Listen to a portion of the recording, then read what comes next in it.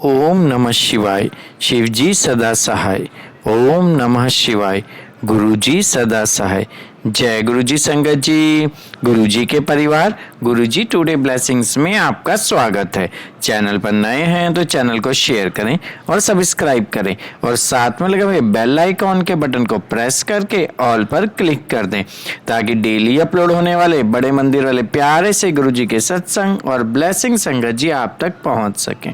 अपना सत्संग गुरुजी के इस प्यारे से चैनल पर अपलोड करवाने के लिए आप डिस्क्रिप्शन बॉक्स में दिखे हमारे व्हाट्सएप नंबर पर अपना सत्संग ऑडियो या वीडियो किसी भी फॉर्मेट में हमें भेज सकते हैं। जय गुरु जी।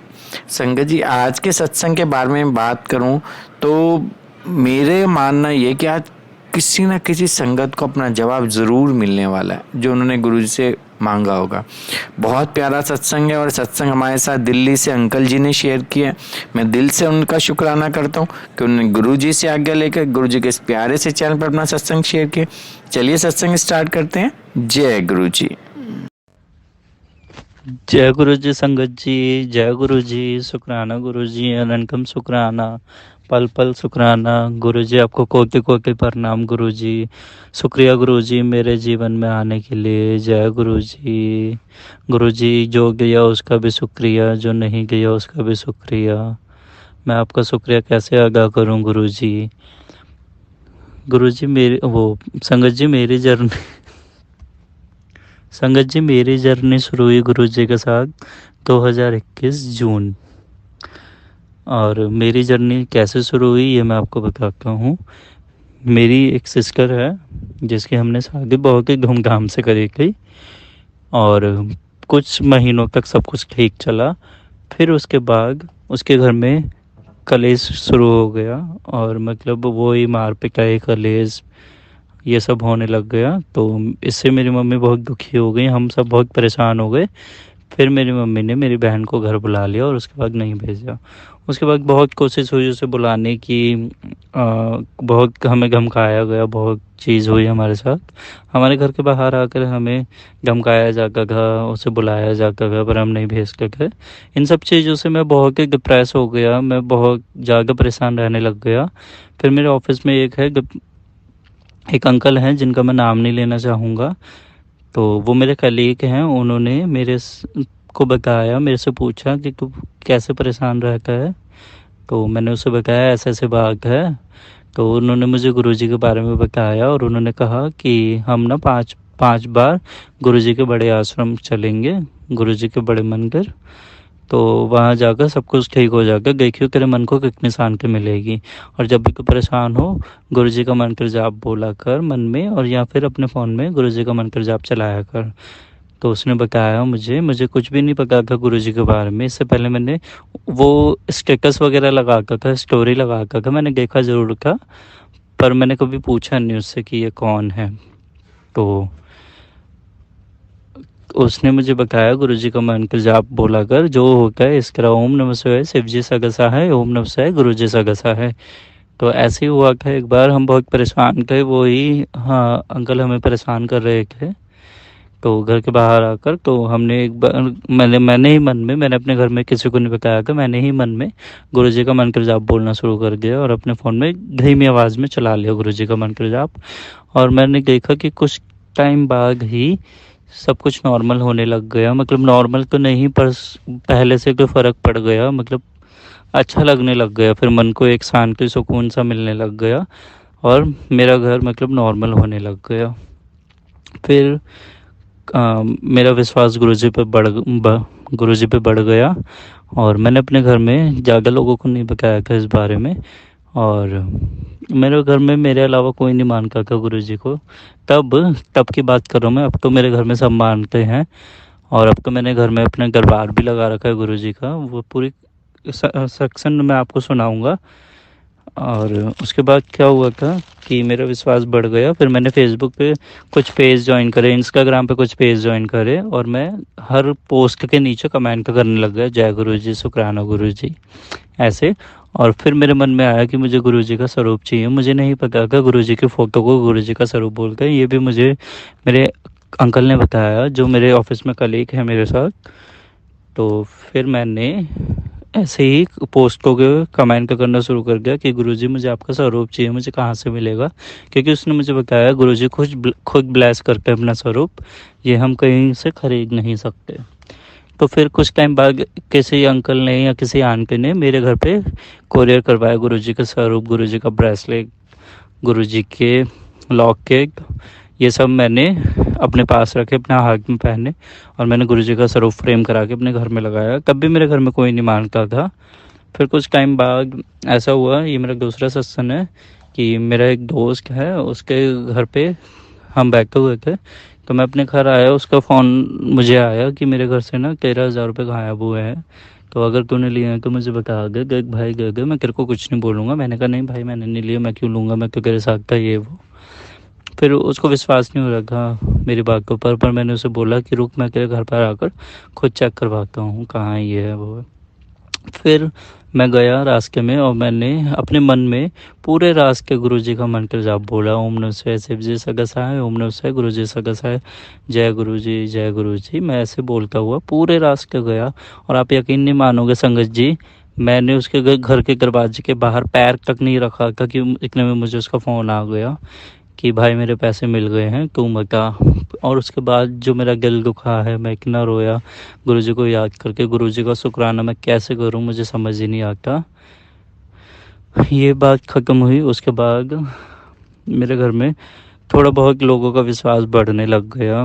जैसे मैंने गुरुजी के बारे में बताया, गुरुजी के सत्संग सुनाए मेरे घर में, गुरुजी का मंत्र जाप चलाना शुरू कर गया। मैं तो रोज़ पूजा करके ही का गुरुजी की, तो मैं मेरे घर में भी मैंने बताया धीरे धीरे।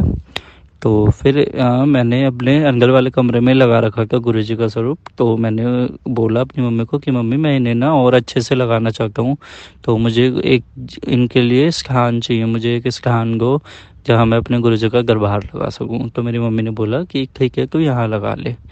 तो उस टाइम मैं ना ऐसे गुरुजी का दरबार सजा रहा था, तो मेरी मम्मी ने बोला कि हम ना गुरुजी का सत्संग करवाते हैं।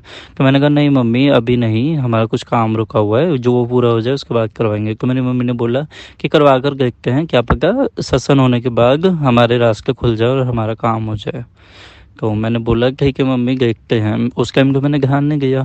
फिर मैं अगले दिन ऑफिस आया, तो मेरा जो कलीग है, जो इन अंकल के बारे में गुरुजी ने, जिन अंकल ने मुझे गुरुजी के बारे में बताया था, तो मैंने उनको बोला कि मैंने अपने घर पे एक दरबार ऐसे लगा लिया, ये है वो है।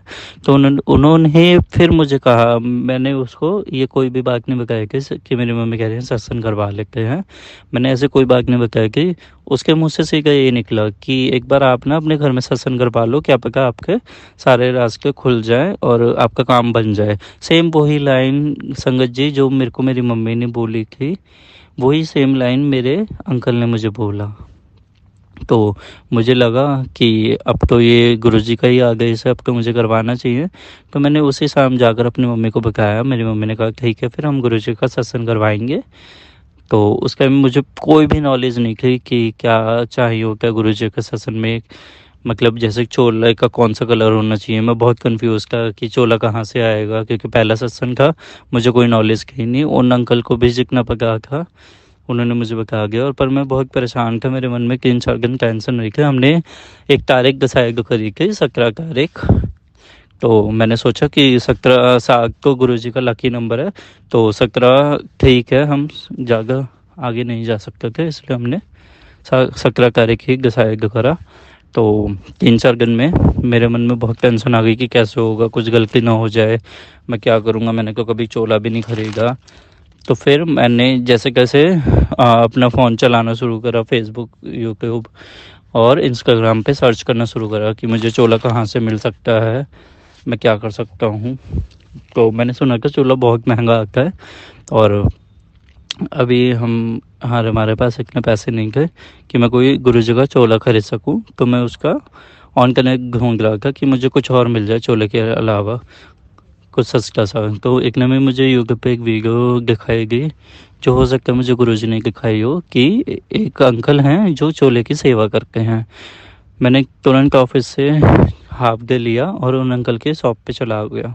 मैंने वहाँ उनको बोला कि मुझे सत्संग करवाना, मुझे गुरुजी का चोला चाहिए। उन्होंने बोला आप कलर चॉइस कर लो और देख लो कौन सा चोला चाहिए आपको, और जो आपका मन हो वो सेवा कर देना। मैंने कहा ठीक है। तो मैं कंफ्यूज हो गया, मैंने अपनी मम्मा को फ़ोन करा कि मैं कौन सा चोला लूँ, कौन से कलर का चोला लूँ। मम्मी ने कहा मुझे नहीं पता, तू अपने हिसाब से देख ले। तो अंकल ने मुझे कहा कि मैंने अंकल को कहा मेरा पहला सत्संग है अंकल, मुझे इतनी नॉलेज नहीं है, आप मुझे बताइए कौन सा कलर का लूँ। तो अंकल ने कहा येलो कलर का ले लो। तो मैंने अपना पहला सत्संग येलो कलर के चोले में किया, जो कि बहुत ही सुंदर गरबार लग रहा था। जितने भी संगत आए थे सब ने ये बोला कि आपका गरबार बहुत सुंदर लग रहा है। मैंने पूरे जान लगा दी थी अपनी गरबार सजाने में।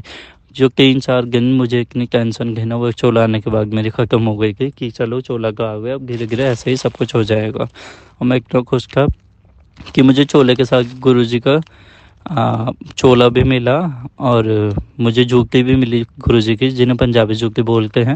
और बाकी स्वरूप तो मेरे पास कई चरण स्वरूप और गुरुजी के स्वरूप ये सब। और बाकी फिर मैंने तैयारी शुरू कर दी, और अगले दिन हमारा सत्संग बहुत ही अच्छा हो गया। गुरुजी की कृपा से मेरा सत्संग बहुत अच्छा हुआ और मैं बहुत खुश हूँ। पर हमारा जो काम होना था वो नहीं हुआ, 2-3 दिन बीत गए।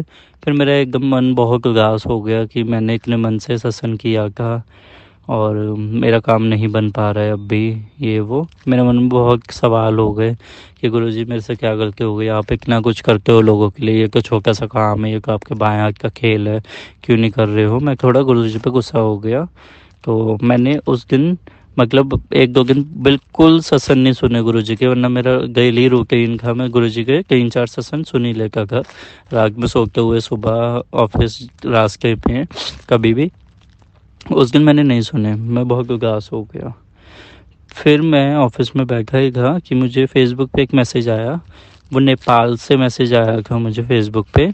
उन्होंने मुझे बोला जय गुरुजी। मैंने कहा जय गुरुजी। तो उन्होंने मुझे कहा कि मैं गुरुजी के संगत हूँ, तो मुझे ना एक बाई बाई कि मैं आपको मैसेज करूं, शायद मुझे गुरुजी ने बोला। मैंने कहा अच्छा। तो मैंने उन्हें बताया, मैंने कहा हाँ ठीक है, मुझे ये सुन के अच्छा लगा क्योंकि मेरा 1-2 दिन से मूड बहुत ख़राब है, मैं बहुत उदास हूँ। तो उन्होंने पूछा क्यों। मैंने बताया कि गुरुजी को पता है हमारा ना एक काम रुका हुआ है, वो करवाना है, मतलब वो हो नहीं रहा है। मैंने गुरुजी के अरदास लगाई है, मैंने सत्संग भी करवाया है 1-2 दिन पहले, मुझे लगा उसकी वजह से रुका हुआ है, पर वो काम उसके बाद भी नहीं हुआ। पर तो उन आंटी ने मुझे सीधा ये बोला, जैसे मैं आपको क्या बताऊं संगत जी, उन्होंने मुझे बोला ये काम आपका बहुत जल्द हो जाएगा। और ये मेरे को ऐसा लगा कि गुरुजी ने आकर मुझे बोला है कि ये काम पक्कर तेरा बहुत जल्दी हो जाएगा। और मैं आपको सच बता रहा हूँ, मैं ऑफिस में बैठा हुआ था, मेरे रोंगटे खड़े हो गए, मेरी आंखों से आंसू निकलने लग गए। मैंने कुछ नहीं सोचा, मतलब मेरे मन में कुछ भी नहीं चल रहा था, सिर्फ मैं रोए जा रहा था और मैं गुरुजी का शुक्राना कर रहा था। गुरुजी का कैसे शुक्रिया करूं। मैंने अपने घर पर बताई ये बात, मैंने अपने घर वालों को बताई, सबको ऐसा हुआ कि उनकी आंखों से आंसू निकल गए और उनके रोंगटे खड़े हो गए। तो गुरुजी का विश्वास, मतलब मेरा और बढ़ गया गुरुजी के ऊपर विश्वास, जो कि मेरा विश्वास डगमगा रहा था उस दिन के बाद कि मेरा काम नहीं हो रहा है, वो मेरा और बढ़ गया कि मतलब गुरुजी हमें जवाब देते हैं, किसी भी तरीके से गए गुरुजी हमें जवाब देते हैं। तो ऐसा ही हुआ मेरे साथ, गुरुजी ने मुझे जवाब दिया, मुझे बहुत अच्छा लगा, मेरा विश्वास और बढ़ गया। और फिर मेरे को बाद में रियलाइज़ हुआ कि ये तो मेरी ही गलती है, जब जो काम इतने सालों से अटका हुआ है वो 1-2 दिन में गुरुजी का शासन करवाने के बाद कैसे पूरा हो जाएगा, उसमें भी तो थोड़ा टाइम लगेगा। तो फिर ये बात मुझे बाद में समझ आई और मैंने गुरुजी से माफ़ी मांगी, और हो सकता है गुरुजी ने मुझे माफ़ भी कर दिया हो, क्योंकि मैं दिल से अपने गुरुजी को मानता हूँ, मैं उनकी बहुत सेवा करता हूँ। मुझे जितनी सेवा करने का मौका मिले मैं उतनी सेवा करूँगा गुरुजी की। बस यही कहा, गुरुजी पे अपना विश्वास बनाए रखना। और इस सत्संग में आपके सवालों का कोई भी जवाब मिला हो तो मुझे बहुत अच्छा लगेगा, क्योंकि ऐसा होता है ना, लोग बोलते हैं कि सत्संग पूरा सुनना चाहिए, उसमें हो सकता है आपके सवालों के जवाब हों। तो किसी का भी मेरे सत्संग सुनने से कुछ भी भला हो या उसे कुछ भी सवालों के जवाब मिले, मुझे बहुत अच्छा लगेगा। जय गुरु जी, शुक्राना गुरु जी, अनंतम शुक्राना, पल पल शुक्राना गुरु जी, आपको कोटि कोटि प्रणाम गुरु जी, शुक्राना गुरु जी मेरी लाइफ में आने के लिए, मुझे इतना प्यार देने के लिए, मुझे इतना ब्लेस करने के लिए गुरु जी। जय गुरु जी।